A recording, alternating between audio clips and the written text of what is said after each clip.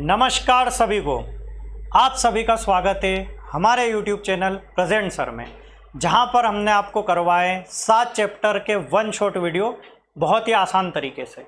अब बारी है 8th चैप्टर की, जिसका नाम है इंट्रोडक्शन ऑफ ट्रिग्नोमेट्री। ये चैप्टर कुछ डिफ़िकल्ट लग सकता है कुछ बच्चों के लिए, इसीलिए हमने इसको बिल्कुल यूनिक तरीके से आपके लिए डिज़ाइन किया है। तो चलते हैं, शुरू करते हैं इंट्रोडक्शन ऑफ ट्रिग्नोमेट्री। वैसे तो ट्रिग्नोमेट्री एक ग्रीक वर्ड से बना हुआ है।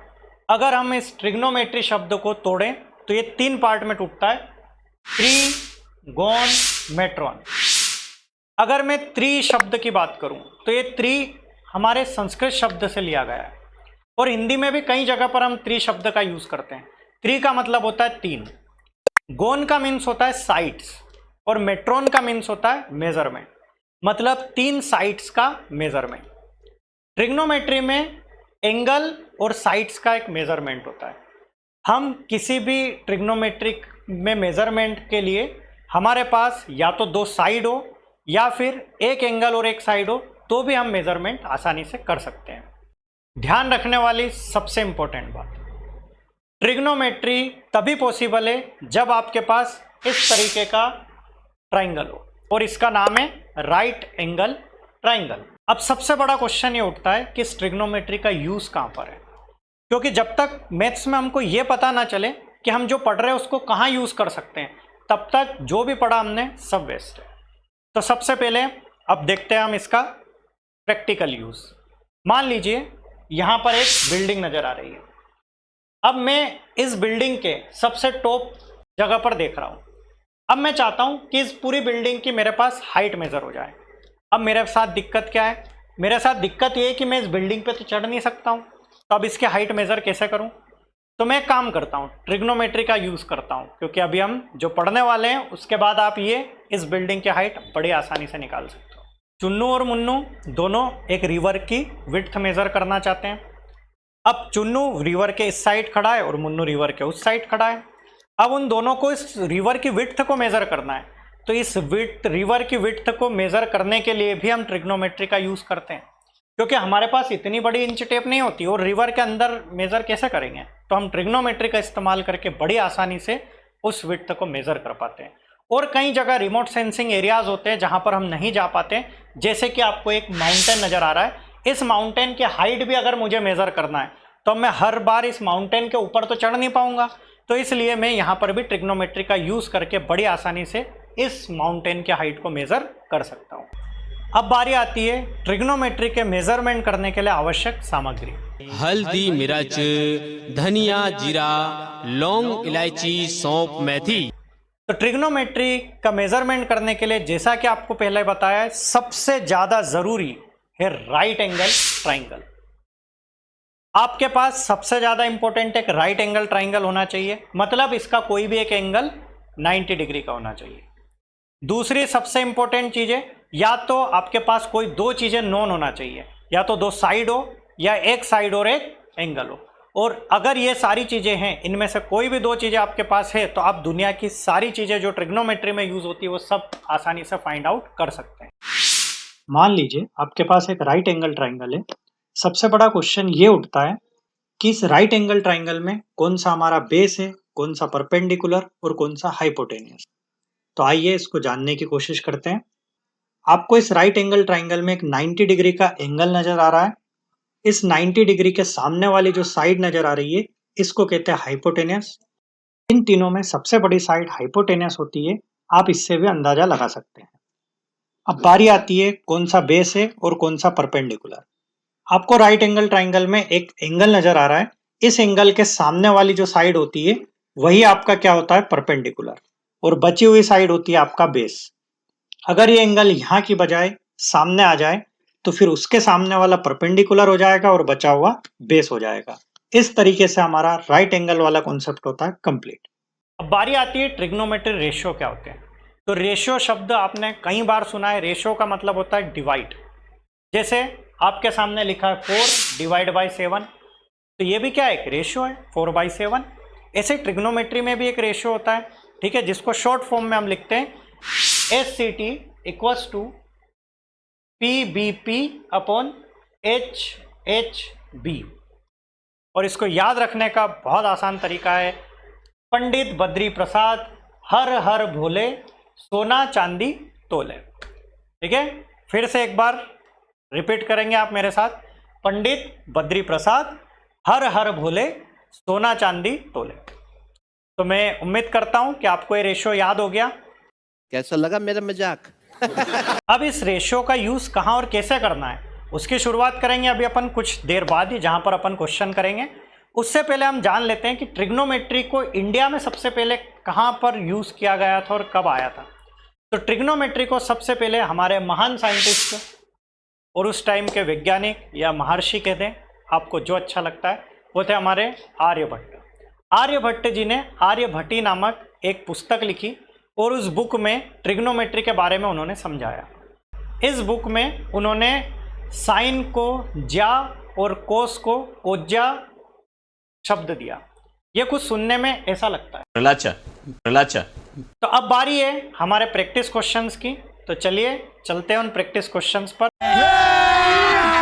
अभी मजा आएगा ना भिड़ो। जो हमने शॉर्ट फॉर्म पढ़ा है मैं उसको आपको क्लियरली एक्सप्लेन करना चाहूंगा। चीटिंग करता है तू, चीटिंग करता है तू। यहाँ पर जो आपका एस लिखा हुआ है, एस का मतलब होता है साइन थीटा, और जो सी लिखा है इसका मतलब होता है कोस थीटा, और जो आपको टी नजर आ रहा है इसका मतलब होता है टेन थीटा। ठीक है, और ये जो पी बी पी है, पी का मतलब होता है परपेंडिकुलर, बी का मतलब होता है बेस, और पी का मतलब परपेंडिकुलर, एच का मतलब हाइपोटेनस। ठीक है, बाकी दोनों चीज़ें आपको अच्छे से पता है। अब यहाँ पर इसका यूज़ कैसे होता है इसको मैं पूरी डिटेल के साथ आपको समझाता हूँ। मैं सपोज यहाँ पर तीनों के तीन अलग अलग कलर कर देता हूँ। इन रेशियोज़ की मैंने अलग अलग एक कलरिंग कर दी और साथ में मैंने इनके ऊपर नंबरिंग भी करी। अगर आप एस का देखो तो रेड कलर में, इधर भी पी बाई एच मुझे रेड कलर में दिख रहा है। एस का मतलब देखो, एस के ऊपर 1 लिखा तो 1 वाला पूरा टर्म। अब एस का मतलब मैंने क्या बताया था, साइन थीटा होता है। तो अगर साइन थीटा के सामने मुझे क्या दिख रहा है, पी बाई एच मतलब परपेंडिकुलर अपॉन हाइपोटेनस। सिंपली हम वहाँ पर इस रेशियो का यूज़ करेंगे। अब सेकंड नंबर पर मुझे कोस दिख रहा है, यहाँ पर देखिए सेकंड नंबर पर कोस, तो यहाँ भी सेकंड नंबर पर क्या दिख रहा है मुझे, बी बाई एच मतलब बेस अपॉन हाइपोटेनस। तीसरे नंबर पर मुझे टी दिख रहा है, मतलब ये क्या है मेरा टेन थीटा, और ये किसके इक्वल दिख रहा है, तीसरे नंबर पर p by b perpendicular upon b. अब इन तीन के अलावा तीन और हमारे पास रेशियो होते हैं। साइन का एक उल्टा भाई होता है, sine is inversely proportional to cosec theta, मतलब जो साइन है उसका उल्टा हो जाएगा। तो यहाँ पर अगर मैं बात करूँ कोसेक थीटा क्या हो जाएगा, साइन का उल्टा, साइन पी बाई एच है तो कोसेक क्या हो जाएगा, एच बाई पी, ये पलट जाएगा। अगर मैं कोस की बात करूँ, कोस थीटा का रेसिप्रोकल होता है कौन, 1 अपॉन सेक थीटा, मतलब अगर मैं सेक थीटा की बात करूँ तो क्या हो जाएगा, सेक थीटा कोस का उल्टा मतलब एच बाई बी। इसी तरीके से जो टेन थीटा है, टेन थीटा का रेसिप्रोकल होता है 1 अपॉन कोट थीटा, जो कि हो जाएगा कोट थीटा, सॉरी मैंने कोस लिख दिया, मैं इसको सही कर ले, कोट थीटा मेरा हो जाएगा टेन थीटा का उल्टा तो बी बाई पी मतलब बेस अपॉन परपेंडिकुलर। तो ये सारे रेशियो आपको अच्छे से समझ में आ चुके होंगे। चलते हैं अब क्वेश्चंस पर। I am sorry, बाबू। सबसे पहला हमको क्वेश्चन दिया है, in triangle ABC right angle at B, B पर ये क्या है, एक राइट एंगल है, ये इंपॉर्टेंट बात है, और एक ट्राइंगल है एबीसी मतलब राइट एंगल ट्राइंगल है। ए बी हमको दिया है 24 सेंटीमीटर और बी सी दिया है 7 सेंटीमीटर। तो हमको डिटरमाइन करना है साइन ए इंटू कोस ए। ठीक है, चलिए करते हैं। सबसे पहले मैं एक राइट एंगल ट्राइंगल को ड्रॉ कर लेता हूँ। ये मैंने एक राइट एंगल ट्राइंगल ड्रॉ किया। अब मैं इसके नामकरण कर देता हूँ, मतलब इसमें ए बी सी की वैल्यू को रख देता हूँ। यहाँ पर मैंने इनका नामकरण कर लिया है, 3 पॉइंट मैंने लिए ए बी सी। यहाँ पर जैसा कि क्वेश्चन में मुझे दिया था कि बी पर मुझे राइट एंगल लेना है, तो मैंने बी पर राइट एंगल लिया है 90 डिग्री। अब मैंने आप लोगों को कुछ बातें समझाई थी, हमेशा 90 डिग्री के सामने वाली साइड होती है हमारी हाइपोटेनस। ठीक है, अब मुझे कुछ वैल्यूज़ दी हुई है, मुझे क्या बोला, ए बी मेरा है 24 सेंटीमीटर और बी सी मेरा दिया हुआ है 7 सेंटीमीटर। अब जब भी मुझे एंगल निकालना हो, मुझे साइन ए की वैल्यू फाइंड करना है और कोस ए की वैल्यू फाइंड करना है। तो मुझे एक बात ध्यान रखना है कि मुझे थीटा कहाँ पर बनाना है। तो जब मैं ए एंगल की बात कर रहा हूँ तो थीटा मुझे ए पर बनाना है। अगर मैं सी एंगल की बात करता तो थीटा मुझे सी पर बनाना रहता, जैसा कि सेकंड वाले क्वेश्चन में दिया है। अब सबसे पहले अपनी कॉपी पर सबसे टॉप पर इस बात को जरूर लिख लें आप, सोना चांदी तोले कौन तोले, पंडित बद्री प्रसाद हर हर भोले। अब यहाँ पर फर्स्ट नंबर पर आपको साइन दिया है, सेकंड नंबर पर कोस दिया है, थर्ड नंबर पर टेन दिया है। यहाँ भी फर्स्ट नंबर पर परपेंडिकुलर, सेकंड पर ये, थर्ड पर ये, यही तरीका है हमारा। चलो बहुत आसान तरीके से हमने देखा, साइन हमारा फर्स्ट पर है, फर्स्ट पर पी बाई एच दिया है तो मैं यहाँ पर पी बाई एच लिख देता हूँ, परपेंडिकुलर अपॉन हाइपोटेनस। कोस है मेरा होता है बी बाई एच तो मैं यहाँ पर लिख देता हूँ बी बाई एच। मतलब मुझे परपेंडिकुलर और हाइपोटेनस की वैल्यू चाहिए और मैं आसानी से यहाँ पर पी बाई एच को रख देता हूँ। अब इस क्वेश्चन में मुझे दो वैल्यू तो दी हुई है, लेकिन मेरी एक वैल्यू जो हाइपोटेनस वाली वो है मिसिंग। तो मैं कैसे भी करके इसको निकालूं। जब भी दिखे राइट एंगल और दो वैल्यू दी है, तीसरी वैल्यू फाइंड करना हो तो हमको याद करना है पाइथागोरस थ्योरम को। और पाइथागोरस थ्योरम हर जगह यूज होती है, तो बेचारी पाइथागोरस थ्योरम भी अपने आप को ऐसा कहती होगी। तो हमारी पाइथागोरस थ्योरम क्या है, हाइपोटेनस का स्क्वायर इक्वल्स टू परपेंडिकुलर का स्क्वायर प्लस बेस का स्क्वायर। हाइपोटेनस मुझे फाइंड आउट करना है, परपेंडिकुलर मुझे दिया हुआ है, थीटा के सामने वाला परपेंडिकुलर मतलब बीसी है, कौन है 7 का स्क्वायर, प्लस बेस बचा हुआ कौन है 24 का स्क्वायर। अब यहाँ पर आने के बाद आप सबसे पहले करेंगे इसका स्क्वायर, 7 7 जा 49 तो 24 का स्क्वायर करेंगे तो 576 आएगा। h का स्क्वायर इक्वल्स टू 625 आएगा, इन दोनों का प्लस करेंगे तो, और h मेरा हो जाएगा अंडर रूट 625 और ये रूट से बाहर आया तो आपका हाइपोटेनस की वैल्यू मिल गई 25। मतलब मेरा h कितना हो गया, मेरा h हो गया 25 सेंटीमीटर। ठीक, अब सिंपली मेन वैल्यूज में यहाँ पर पुट कर देता हूँ। साइन ए मैंने क्या लिखा था, साइन ए मेरा होता है पी बाई एच, परपेंडिकुलर मेरा क्या दिया हुआ है 7 अपॉन हाइपोटेनस मेरा क्या दिया हुआ है 25, और कोस ए की वैल्यू मेरी क्या हो जाएगी, कोस है मेरा होता है बी बाई एच, बेस क्या है मेरा, बेस है मेरा यहाँ पर, मैंने यहाँ पर लिखा नहीं है मैं लिख देता हूँ, ये मेरा परपेंडिकुलर है और ये मेरा है बेस। बेस है मेरा क्या 24 अपॉन हाइपोटेनस है 25। मतलब कि अगर आपने एक बार तीनों वैल्यू को निकाल लिया, उसके बाद आप दुनिया की कोई भी वैल्यू फाइंड आउट कर सकते हैं। तो ये पहला वाला क्वेश्चन हमारा यहाँ पर होता है कंप्लीट। अब देखो सेकंड वाले में आपसे पूछा है साइन सी और कोस सी। अब साइन सी होगा तो वही परपेंडिकुलर अपॉन हाइपोटेनस, लेकिन यहाँ पर ये बदल जाएगा। क्यों बदल जाएगा, क्योंकि अब आपका एंगल यहाँ से शिफ्ट होने वाला है कहाँ पर, ये दोनों भी चेंज हो जाएंगे, मैं इसको भी कर देता हूँ चेंज, ये हो गया चेंज, ये भी चेंज हो गया। अब आपका हो जाएगा ये थीटा यहाँ पर, और जैसे ही थीटा मेरा यहाँ हुआ तो इसके सामने वाला मेरा हो जाएगा परपेंडिकुलर और बचा हुआ क्या हो जाएगा बेस। सिर्फ यही कॉन्सेप्ट है यहाँ पर। तो अब साइन सी के केस में मेरा परपेंडिकुलर क्या हो गया 24 और बेस क्या हो गया मेरा 7 से, बेस सॉरी हाइपोटेनस क्या हो गया मेरा 25, और कोस सी हमसे पूछा गया है तो कोस सी मेरा क्या हो जाएगा, रहेगा वही बेस अपॉन हाइपोटेनस, सिर्फ इसकी वैल्यू बदल जाएगी, बेस मेरा 7 अपॉन 25। तो मेरे ख्याल से क्वेश्चन नंबर फर्स्ट आपका होता है कंप्लीटली आपको क्लियर। चलते अगले क्वेश्चन पर। पिछले वाले क्वेश्चन में हमको डायरेक्टली वैल्यू दी थी, हमने सॉल्व कर लिया।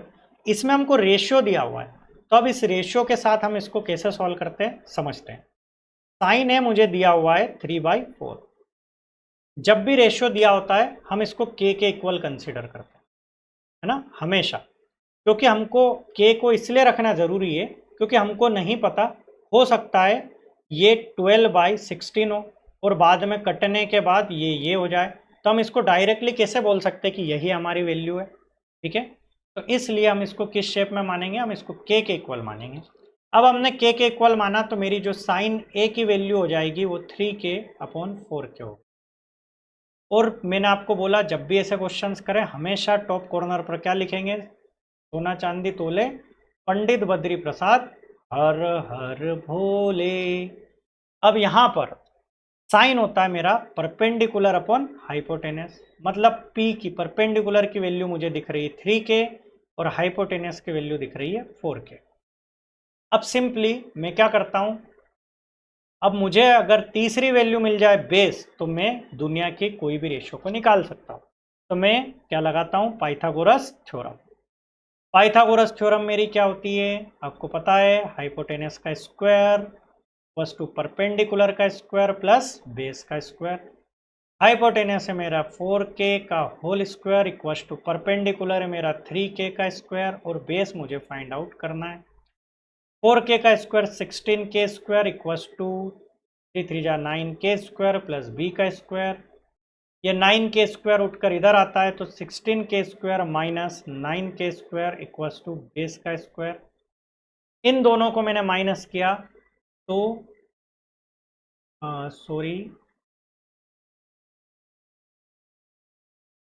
इन दोनों को मैंने माइनस किया, ये मेरा 9 है ना, इन दोनों को माइनस किया तो मेरा क्या आएगा 7k स्क्वायर।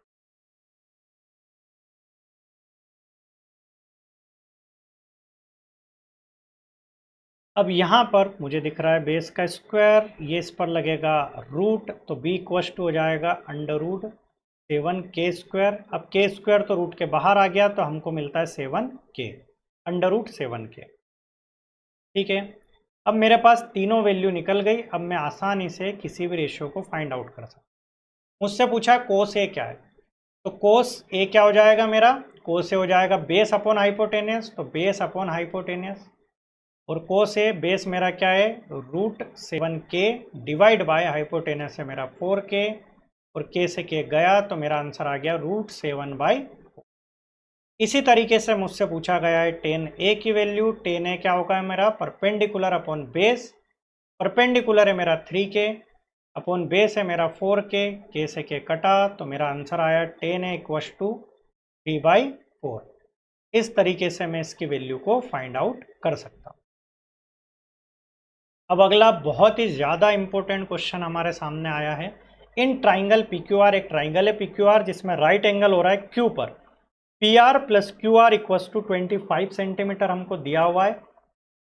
PQ हमारा 5 सेंटीमीटर है और हमको डिटरमाइन करना है साइन P, कोस P और टेन P की वैल्यू को। ठीक है, चलिए करते हैं इसको सॉल्व। सबसे पहले मैं right angle triangle PQR draw करता हूँ। जैसा कि क्वेश्चन में दिया है एक ट्राइंगल PQR है जिसमें 90 डिग्री जो हमारा राइट एंगल हो रहा है वो Q पर हो रहा है, जैसा उन्होंने दिया है वैसा मैंने ट्राइंगल को बनाया है। ठीक है, अब PQ हमको दिया है 5 सेंटीमीटर और ये दोनों वैल्यूज हमारे पास मिसिंग। ठीक, हमको इसके बदले में एक चीज़ दे दी उन्होंने PR plus QR equals to 25। अब हमको पता था कि अगर इन दोनों में दो वैल्यू हमको दी हुई और तीसरी फाइंड आउट करना है तो हम पाइथागोरस थ्योरम का यूज़ करते हैं। और पाइथागोरस थ्योरम होती है हाइपोटेनस का स्क्वायर इक्वल टू परपेंडिकुलर का स्क्वायर प्लस बेस का स्क्वायर। हाइपोटेनस मेरा हो रहा है PR का स्क्वायर, परपेंडिकुलर मुझे दिख रहा है, परपेंडिकुलर कहाँ पर, मैं साइन P, कोस P और टेन P की बात कर रहा हूँ, मतलब थीटा मेरा कहाँ बन रहा है P पर, तो इसके सामने वाला परपेंडिकुलर QR का स्क्वायर प्लस बेस का स्क्वायर, बेस मेरा क्या बचा PQ का स्क्वायर। अब मैं डायरेक्टली यहाँ से क्या वैल्यू फाइंड आउट कर सकता हूँ, नहीं कर सकता। क्यों, क्योंकि मेरे पास ओनली हाइपोटेनस की वैल्यू है। चलो मैं वैल्यूज रख देता हूँ, सॉरी हाइपोटेनस नहीं, मेरे पास सिर्फ बेस की वैल्यू है PQ का स्क्वायर। PR का स्क्वायर हमको नहीं पता है, QR का स्क्वायर हमको नहीं पता है, PQ का स्क्वायर 5 का स्क्वायर जो कि होगा 25, 5 का स्क्वायर 25 हो जाएगा। अब मैं काम करता हूँ, इस QR की जगह पर क्या मैं यहाँ से PR की वैल्यू फाइंड कर सकता हूँ, है ना, या मैं QR की वैल्यू फाइंड कर लेता हूँ, यहाँ पर रख देता हूँ। तो QR की वैल्यू क्या हो जाएगी मेरी, QR इक्वल्स टू 25 और ये पी आर उधर उठ कर गया तो माइनस का पी आर। अच्छा, आपकी मर्जी, आप किसी को भी लेंगे तो भी आपका आंसर वही आएगा। तो मैं इसको पी आर रहने देता हूँ और क्यू आर की जगह मैं क्या लिख देता हूँ, 25 माइनस पी आर का होल स्क्वायर प्लस 25। ठीक है, अब मैं इसको और सिंप्लीफाई कर देता हूँ। अच्छा, आप इसको एक और तरीका है जिससे आप इसको और आसानी से कर सकते थे, चलो उसके बारे में अपन बाद में बात करेंगे। इसका होल स्क्वायर, ए माइनस बी का होल स्क्वायर की आइडेंटिटी 625 प्लस पी आर का स्क्वायर माइनस 25 टू जा 50 पी आर। ये कहाँ से आया, ये आई अपनी identity A square plus B square plus 2ab से। अगर आप पेन चलाएंगे तो आपको ऑटोमेटिकली ये समझ में आ जाएगा। ये पी आर का स्क्वायर और पी आर का स्क्वायर इक्वल के दोनों साइड है तो कट जाएगा। ये 50 पी आर उठकर इधर आया तो 50 P R equals to 625 plus 25 तो हो जाएगा 650। ये 50 इसके डिवाइड में तो P R equals to 650 divide by 50। इसको हम डिवाइड करेंगे तो 0 से 0 गया और पी आर की वैल्यू आ जाएगी 5 3 जा 15 13। ठीक है, मतलब हमारा जो पी आर है वो है 13। तो ये वैल्यू आ गई 13 सेंटीमीटर। अब मैं इस वैल्यू को इस इक्वेशन में रखकर क्यू आर की वैल्यू फाइंड कर सकता हूँ। तो 25 माइनस 13, तो ये क्या हो जाएगा मेरा 12। तो ये हो गया मेरा 12 सेंटीमीटर। अब मेरे पास, मैंने जैसा कि पिछले क्वेश्चन में बताया, अगर हमारे पास ये तीन वैल्यूज़ फाइंड आउट हो जाती है तो आप दुनिया का कोई भी ट्राइंगल की वैल्यू फाइंड आउट इजीली कर सकते हैं। तो अब यहाँ पर करते हैं अब इसकी वैल्यूज़ फाइंड। हमको ट्रिग्नोमेट्रिक रेशियो चाहिए साइन पी। साइन पी होता है हमारा परपेंडिकुलर अपॉन हाइपोटेनस। परपेंडिकुलर है हमारा क्यू आर, है ना, मैंने बोला था ना एस सी टी लिख लेना। सुरेश चंद पंडित बद्री प्रसाद हर हर रे। तो साइन होता है परपेंडिकुलर अपॉन हाइपोटेनस। परपेंडिकुलर मुझे क्या दिख रहा है 12, हाइपोटेनस मुझे क्या दिख रहा है 13। तो साइन पी की वैल्यू हो गई 12/। इसी तरीके से दूसरी हमसे पूछी है कोस पी की वैल्यू। कोस पी होता है हमारा बेस अपॉन हाइपोटेनस। बेस हमको दिख रहा है 5 और हाइपोटेनस 13, तो 5/13। इसी तरीके से हमको पूछा है 10p की वैल्यू। तो 10p होता है परपेंडिकुलर अपॉन बेस। परपेंडिकुलर कौन है, थीटा के सामने वाला, तो 12 और हाइपोटेनस सॉरी बेस कौन है, बचा हुआ 5। तो ये हो गई हमारी तीनों के तीनों वैल्यूज क्लियर। यही नहीं, अभी और सुनिए। अब बारी है हमारी 8.2 एक्सरसाइज की। 8.2 एक्सरसाइज में आपको एंगल्स और उनकी कुछ वैल्यूज़ को याद रखना है। अब यहाँ पर जो हम एंगल्स लेने वाले हैं उसमें है 0 डिग्री, 30 डिग्री, 45 डिग्री, 60 डिग्री और 90 डिग्री। अब सवाल ये उठता है कि सिर्फ इन्हीं एंगल्स को क्यों लिया गया है, हम इसके अलावा और बीच वाले एंगल्स भी तो ले सकते थे। तो ये एंगल्स लेने का सबसे बड़ा कारण है कि इनका जो कॉम्बिनेशन है, इन कॉम्बिनेशन से हम कई और एंगल्स की वैल्यू भी आसानी से फाइंड आउट कर सकते हैं। और उन एंगल्स की वैल्यू निकालने के लिए जो कॉन्सेप्ट और जो तरीका है वो हमको 11th और 12th क्लास में पढ़ना है। 10th तक हमको इतनी डीप में नहीं जाना है, सिंपली हमको इन वैल्यूज़ को याद रखना है और हमारे क्वेश्चन में यूज़ करना है। तो अब चलते हैं अपने इन वैल्यूज़ को याद रखने की ट्रिक की तरफ। तो सबसे पहले आपको स्क्रीन पर एक चार्ट नज़र आ रहा होगा जिसके अंदर इन एंगल्स की वैल्यूज़ और इधर एक साइड आपको साइन कोस टेन लिखा हुआ दिख रहा होगा। इस टेबल को याद रखना आपके लिए थोड़ा सा डिफ़िकल्ट लग रहा होगा, ऐसा आपको फील हो रहा होगा, लेकिन ट्रस्ट मी, मैं एक टेक्निक बताता हूँ जिसके थ्रू आपको आसानी से ये टेबल याद हो जाएगी। ठीक है, तो चलते अपनी टेक्निक को समझते हैं। आप मेरे इस हाथ को ध्यान से देखेंगे, यहाँ पर जो मेरा अंगूठा है यहाँ से मैं स्टार्ट कर रहा हूँ। ठीक है, इस वाली ट्रिक में ये अंगूठा भी आपके फिंगर में काउंट होगा, ये आप ध्यान रखेंगे। चलो, तो अब मेरे पास कितनी फिंगर्स है, यहाँ पर 5। अब मैं इस अंगूठे को 0 डिग्री मान रहा हूँ, तो ये हो गया मेरा 0 डिग्री, ये हो गया मेरा 30 डिग्री, ये हो गई मेरी उंगली 45 डिग्री, ये वाली हो गई मेरी 60 डिग्री और ये वाली उंगली हो गई मेरी 90 डिग्री। फिर से मैं एक बार रिपीट करता हूँ, 0 डिग्री, 30 डिग्री, 45 डिग्री, 60 डिग्री और 90 डिग्री।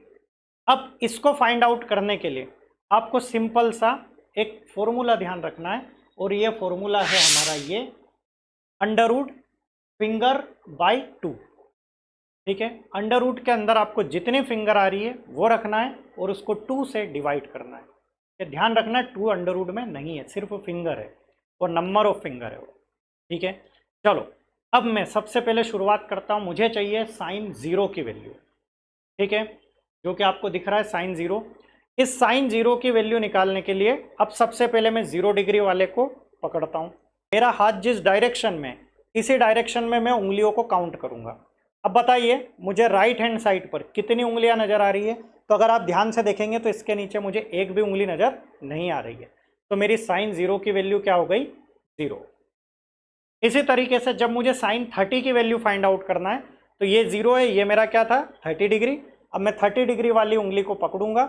इसके इधर मुझे कितनी उंगली नज़र आ रही है? देखो मेरा थंब हिल रहा है, मतलब मुझे इतनी एक उंगली नज़र आ रही है। मतलब यहाँ पर मैं अंडर रूट के अंदर क्या रखूँगा? 1 डिवाइड बाई 2। तो मेरा आंसर क्या निकल कर आया? 1/2। तो साइन 30 की वैल्यू क्या हो गई मेरी? 1/2। इसी तरीके से मैं 60 वाली उंगली को पकड़ता हूँ, साइन 60 डिग्री। तो मुझे यहाँ पर इसके इधर कितनी उंगली नज़र आ रही है? 3 उंगली। अगर आप ध्यान से देखेंगे तो मुझे 3 उंगली नज़र आ रही है। तो रूट के अंदर क्या रखूँगा मैं? 3 और डिवाइड बाई 2, तो अंडर रूट 3/2। तो साइन 60 डिग्री की वैल्यू क्या हो गई मेरी? Under root 3/2। ऐसे ही साइन 90 डिग्री के लिए मैं इसको पकड़ूंगा तो कितनी उंगली नज़र आ रही है मुझे? 4। तो अंडर रूट 4/2। अब रूट से 4 बाहर आया तो आपको क्या मिलता है? 2/2, और 2 से 2 कैंसिल होकर क्या बचता है? 1। तो साइन 90 डिग्री की वैल्यू क्या हो गई हमारी? 1। सिर्फ आपको साइन 45 की वैल्यू ध्यान रखना है। वैसे तो ये भी सही है कि अगर मैं इसको पकड़ता हूँ तो इधर मेरी 2 उंगली नज़र आ रही है और 2 उंगली है मतलब, और हमेशा जिस हाथ से पकड़ रहे हो उसी डायरेक्शन की तरफ उंगलियां काउंट करना है। तो यहाँ पर 2 उंगली नज़र आ रही है। तो साइन 45 की वैल्यू क्या हो गई? Under root 2/2। ये अंडर रूट 2/2 इसको हम फर्दर सोल्व करते हैं। तो अगर मैं रूट 2 से मल्टीप्लाई रूट 2 से डिवाइड करता हूँ तो एट द एंड मुझे अगेन 1/√2 की वैल्यू मिलती है, जो कि मेरी साइन 45 की वैल्यू है। तो अगर आपको साइन 45 की वैल्यू 1/√2 याद नहीं आती है तो अगर आप √2/2 का से भी इसको सॉल्व करते हैं तो भी आपका आंसर सही ही आएगा। ठीक है, तो मैं उम्मीद करता हूँ साइन की जो आपकी लाइन है वो आपको अच्छे से समझ में आ गई होगी। अब बारी आती है हमारी कोस वाली टेबल को याद करने की। तो जो मेरी साइन की टेबल बनी है इसको मैं पलट कर सिर्फ आपको रख देता हूँ तो मेरी कोस की पूरी टेबल तैयार हो जाती है। तो अगर मैं इसको पलटता हूँ तो जो मेरी साइन 90 डिग्री की वैल्यू मेरी कोस 0 की वैल्यू हो जाएगी, जो कि क्या है मेरी 1।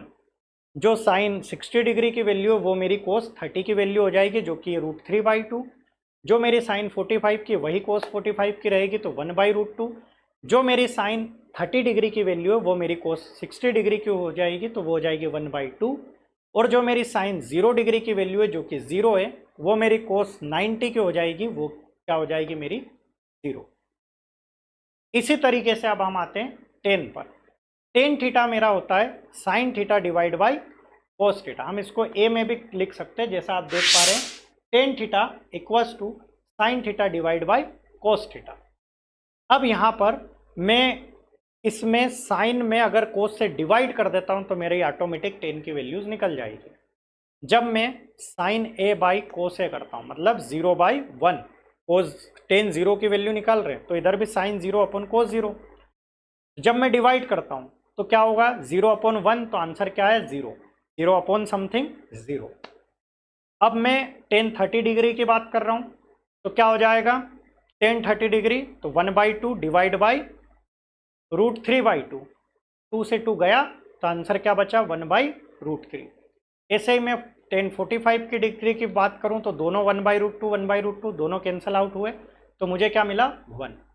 अब टेन 60 डिग्री की बात करूं तो मुझे मिलेगा √3।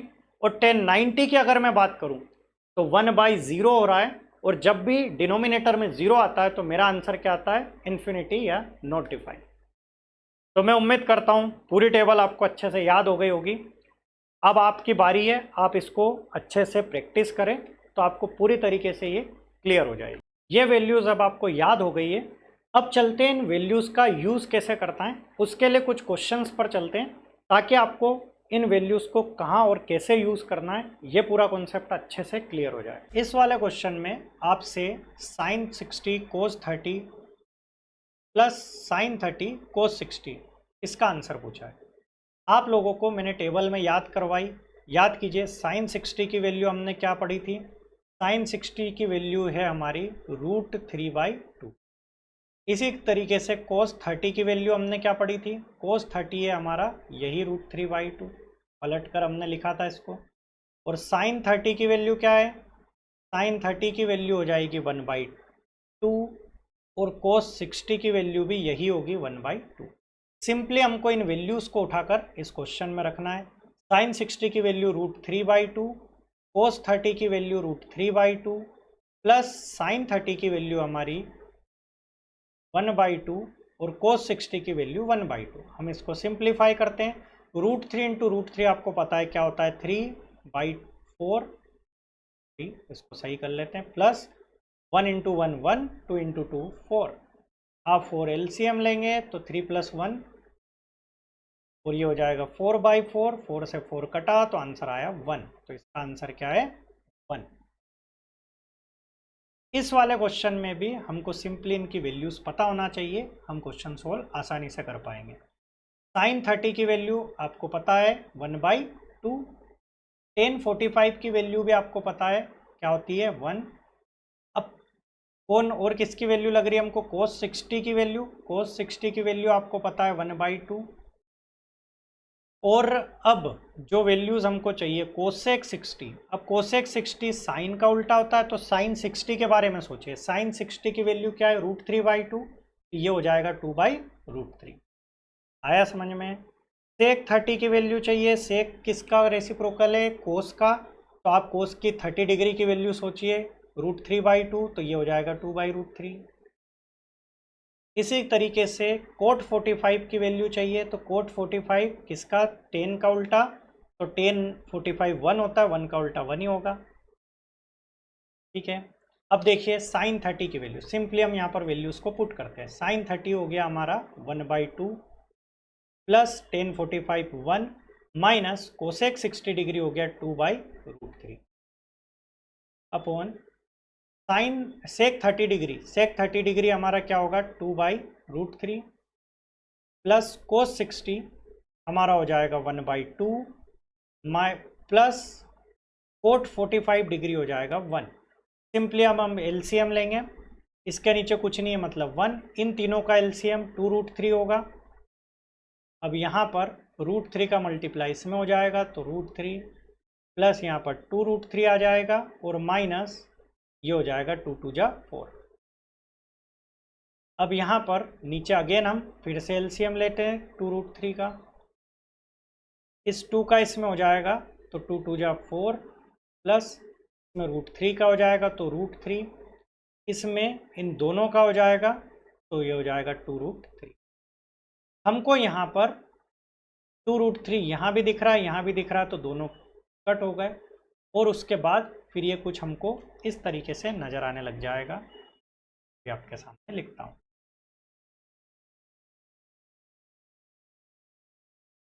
√3 प्लस 2√3 हो जाएगा 3√3 माइनस 4 अपॉन यहाँ पर √3 प्लस 2√3 हो जाएगा 3√3 प्लस 4। अब इसको सिंप्लीफाई हम कर सकते हैं। हमको नज़र आ रहा है यहाँ पर प्लस है तो हम माइनस वाले से मल्टीप्लाई और डिवाइड कर देते हैं। जब मैं यहाँ पर मल्टीप्लाई करता हूँ इसका साइन बदल कर मल्टीप्लाई हो जाएगा, इसको बोलते हैं रेशनलाइजेशन। तो इसका साइन प्लस का है तो माइनस वाले से हम मल्टीप्लाई करेंगे और नीचे भी हम 3√3 माइनस 4 करेंगे। ऐसा इसलिए करते हैं क्योंकि हम ये चाहते हैं कि ये जो हमारा रूट है डिनोमिनेटर से हट जाए।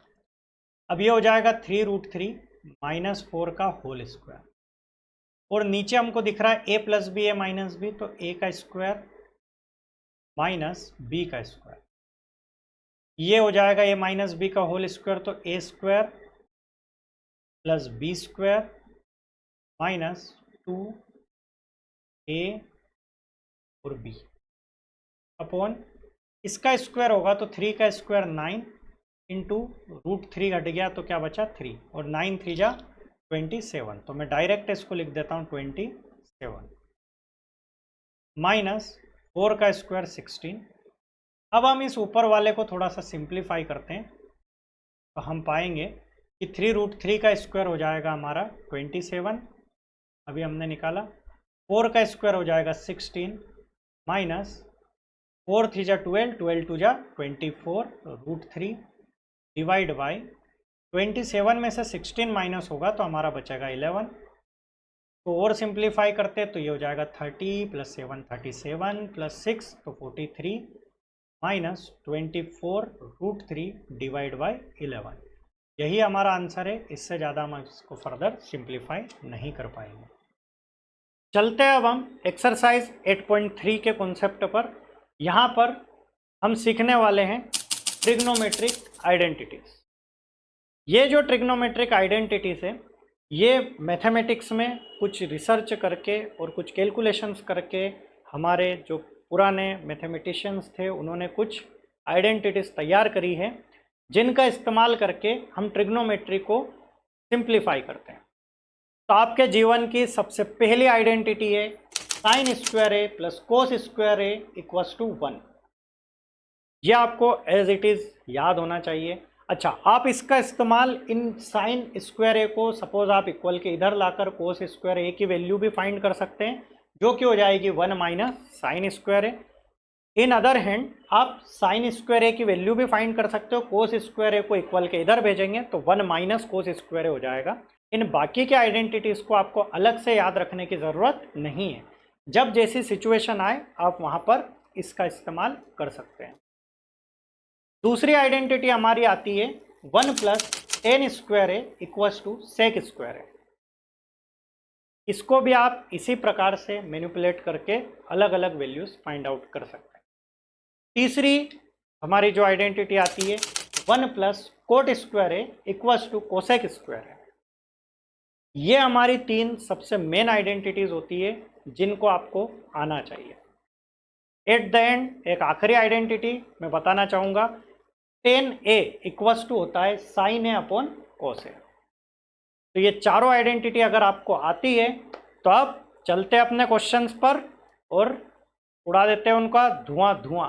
हमको क्वेश्चन दिया है prove that sec A into 1 minus sine A sec A plus tan A equals to 1।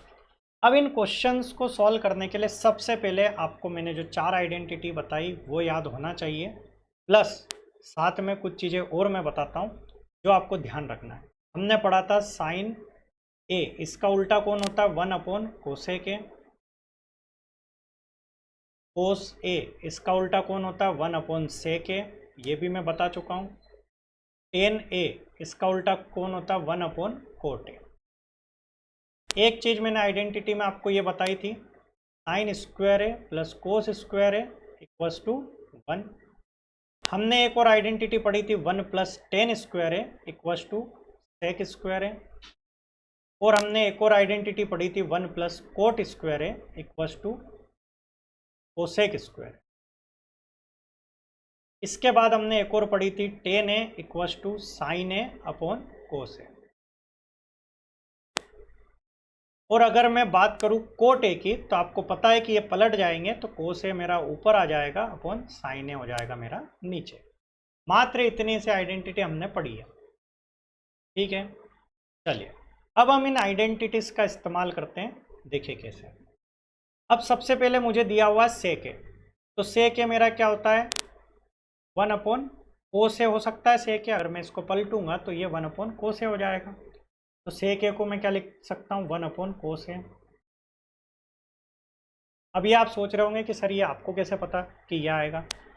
ये होता है प्रैक्टिस पर। जब आप इन ट्रिग्नोमेट्री के इन वाले क्वेश्चंस को लगा लेंगे तो डेफिनेटली आपका दिमाग ऑटोमेटिक इस डायरेक्शन में चलने लग जाएगा।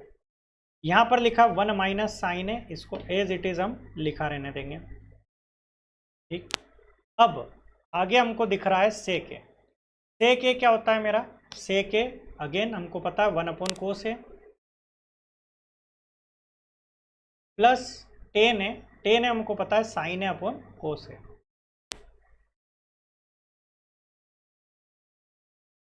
इन सबको हमको 1 के इक्वल प्रूव करना, ये हमारा मोटिव है। हमने LHS को लिया है।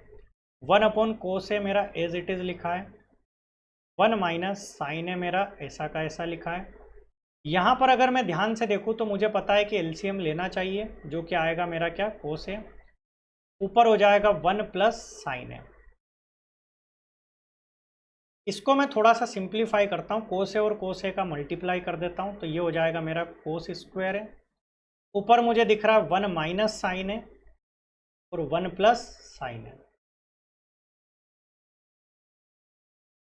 अब ये मुझे एक आइडेंटिटी दिख रही है ए माइनस बी और ए प्लस बी, और ये आइडेंटिटी क्या होती है मेरी? ए स्क्वायर माइनस बी स्क्वायर। तो मैं लगा देता हूँ यहाँ पर आइडेंटिटी अपनी। ए स्क्वायर मतलब 1 का स्क्वायर माइनस बी स्क्वायर मतलब साइन स्क्वायर है अपॉन कोस स्क्वायर है। अब ये मुझे कुछ ऐसा दिख रहा है 1 माइनस साइन स्क्वायर है अपॉन कोस स्क्वायर। अब आप याद करेंगे जब मैंने आपको आइडेंटिटीज बताई थी, मैंने बोला था कि आपको यहाँ पर जिसकी वैल्यू चाहिए उसको इधर उधर ले जा सकते हैं।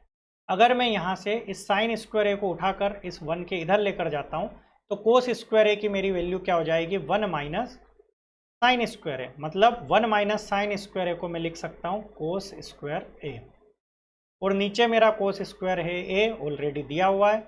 ये दोनों आपस में कट जाएंगे तो मेरा आंसर आ जाएगा 1। तो 1 equals to 1, LHS equals to RHS, hence prove. एक और बहुत ही शानदार क्वेश्चन हमारे सामने आया है, ये आपके सारे कॉन्सेप्ट क्लियर कर देगा। अब यहाँ पर दिया है tan theta upon 1 minus cot theta. तो सबसे पहले आपको पता है टेन थीटा किसके इक्वल होता है? टेन थीटा हमारा होता है sign theta upon cos theta. दूसरा आपको पता है कोट थीटा किसके इक्वल होता है? कोट थीटा ये पलट जाएगा तो कोस थीटा हमारा ऊपर हो जाएगा अपॉन साइन थीटा। ठीक है, चलिए करते हैं शुरू। टेन थीटा को हम लिखते हैं sine theta upon cos theta upon 1 minus cot theta को हम लिखेंगे cos theta upon sine theta.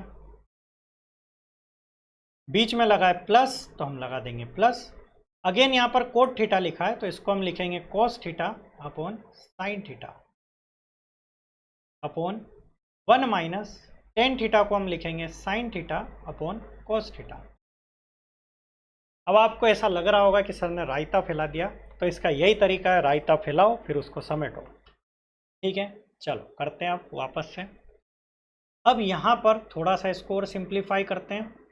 हर स्टेप अगले स्टेप बताती है। देखो यहाँ पर ध्यान से देखना, ये लिखा है sign theta upon cos theta, ठीक है, अपॉन यहाँ पर मैं इसका LCM लूँगा तो ये हो जाएगा sine theta minus cos theta upon sine theta, plus यहाँ पर लिखा है कोस theta upon sine theta upon इसका LCM लेंगे तो ये हो जाएगा cos theta minus sign theta upon cos theta. ठीक है, इतना होने के बाद अब हम हमारी कहानी को और आगे बढ़ाते हैं। अभी तो और रायता फैलाना है ना। अब ये देखो रेसिप्रोकल हो जाएगा A upon B upon C upon D, तो डी सबसे ऊपर आता है, ये आपको पता है। तो इसको कर देते हैं sine theta upon cos theta into, ये ऊपर आ गया तो कौन ऊपर आया? Sign theta upon sine theta minus cos theta, plus इधर भी इसी टाइप से होगा तो कोस थीटा अपॉन साइन थीटा तो एज इट इज है। ऊपर उठकर कौन आया? कोस थीटा, और नीचे कौन हो गया? Cos theta minus sine theta. ठीक है, यहाँ तक की बात आपको समझ में आई होगी। चलिए तो करते हैं इसको और आगे सॉल्व। ये sine theta into sine theta, sine square theta. अब रायता समेटने पर चल रहे हैं अपन। यहाँ पर है कोस थीटा, थोड़ा सा लेंदी आपको लग सकता है लेकिन इजी क्वेश्चन है। Sine theta minus cos theta, जैसे जैसे आप प्रैक्टिस करते जाएंगे आपको ये सारे कॉन्सेप्ट क्लियर होते जाएंगे। यहाँ पर अगर मैं यहाँ से एक माइनस कॉमन ले लेता हूँ तो ये आपको पता है कि साइन पहले आ जाएगा, कोस पीछे आ जाएगा, और ये माइनस इस प्लस माइनस माइनस हो जाएगा। ये हो जाएगा cos square theta upon sine theta into, मैंने माइनस उधर दे दिया तो ये हो जाएगा sine theta minus cos theta. ठीक, अब मैं काम करता हूँ, अब एक एलसीएम लेता हूँ मैं। एलसीएम लेंगे तो sine theta cos theta into ये एलसीएम होगा मेरा, तो sine theta cos theta into sine theta minus cos.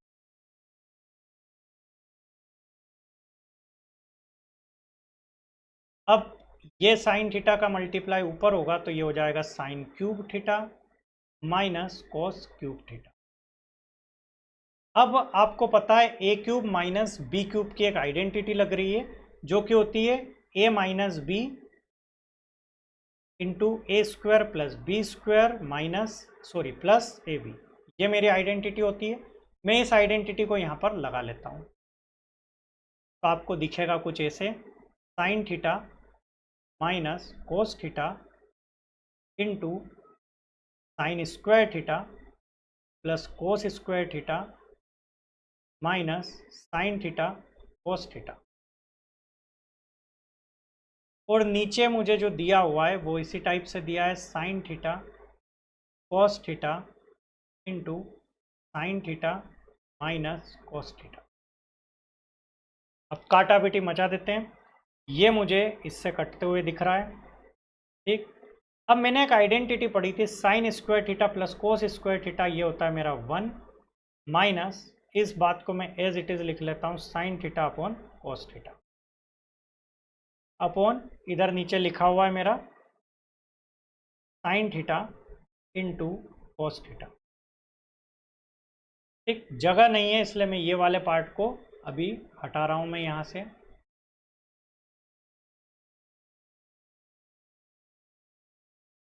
अब मेरे पास चीज़ें जो चल रही है वो ये है 1 माइनस साइन थीटा इंटू, ये मैंने अपोन में लिख दिया, इंटू ए है ना, थोड़ा सा इसको सही करना है आपको। ये क्या है यहाँ पर, इंटू है, तो sine theta into cos theta upon sine theta, और ये वाला पार्ट तो कट चुका था, इंटू कोस। ठीक है, अब लगभग होने वाला है। कुछ बच्चे यहाँ पर गलतियाँ ये करते कि इससे ये काट देंगे और आंसर 1 लिख देंगे, लेकिन आपको ऐसा नहीं करना है क्योंकि ये इस पूरे के अपोन में है तो ये 1 नाराज हो जाएगा। अब आप इसको बांट देंगे दोनों के साथ, एक बार 1 के अपोन में sine theta into cos theta कर देंगे, और सॉरी यहाँ पर प्लस लिखा है तो हम यहाँ पर प्लस लेंगे, plus sine theta into cos theta upon sine theta into cos theta. अब ये दोनों तो कट के क्या हो गए 1। अब यहाँ पर 1 अपॉन साइन थीटा आपको पता है कोसेक थीटा होता है, और 1 अपॉन कोस थीटा आपको पता है सेक थीटा होता है, प्लस 1, और यही हमको प्रूव करना था इक्वल्स टू RHS, मतलब LHS equals to RHS, hence prove. मेरे ख्याल से आपको इन आइडेंटिटीज़ को यूज़ करना बहुत अच्छे से आ गया होगा। इसी तरीके से आप अदर क्वेश्चंस की प्रैक्टिस करेंगे तो ये आपको सारे क्लियर हो जाएंगे, और जैसा कि मैंने प्रॉमिस किया है, जैसे ही मेरे सारे टॉपिक्स क्लियर होंगे मैं आपके लिए प्रैक्टिस क्वेश्चंस की सीरीज़ लेकर आऊँगा जिसमें आपको ये सारे क्लियर हो जाएंगे। तब तक आप NCERT के सारे क्वेश्चंस लगाइए, क्योंकि मैंने सारे टाइप के क्वेश्चंस आपको कवर करवा दिए, सारे कॉन्सेप्ट करवा दिए, एक भी कॉन्सेप्ट इसके बाहर नहीं जाएगा। इसी तरीके से अब हमारी ट्रिग्नोमेट्री की क्लास होती है ख़त्म, तो लेते हैं आपसे अलविदा। और अगर आपने यहाँ तक हमारा वीडियो देखा है तो इसका मतलब है कि आपको वीडियो ज़रूर पसंद आया। इस चैनल को सब्सक्राइब कीजिए, लाइक कीजिए और कमेंट में हमको इसका फीडबैक ज़रूर दीजिए। क्योंकि आपकी कमेंट ही हमारे लिए अगले वीडियो के लिए मोटिवेशन बनेगी। आपको पता नहीं है कि हमने कितनी मेहनत करी है इन सॉफ्टवेयर्स को सीखने में। मेरे जीवन का एक ही उद्देश्य है, मैं मैथ्स को इतना इजी बना दूंगा कि हर बच्चा मैथ्स को डर से नहीं, इंटरेस्ट से पढ़े। जय हिंद, जय भारत।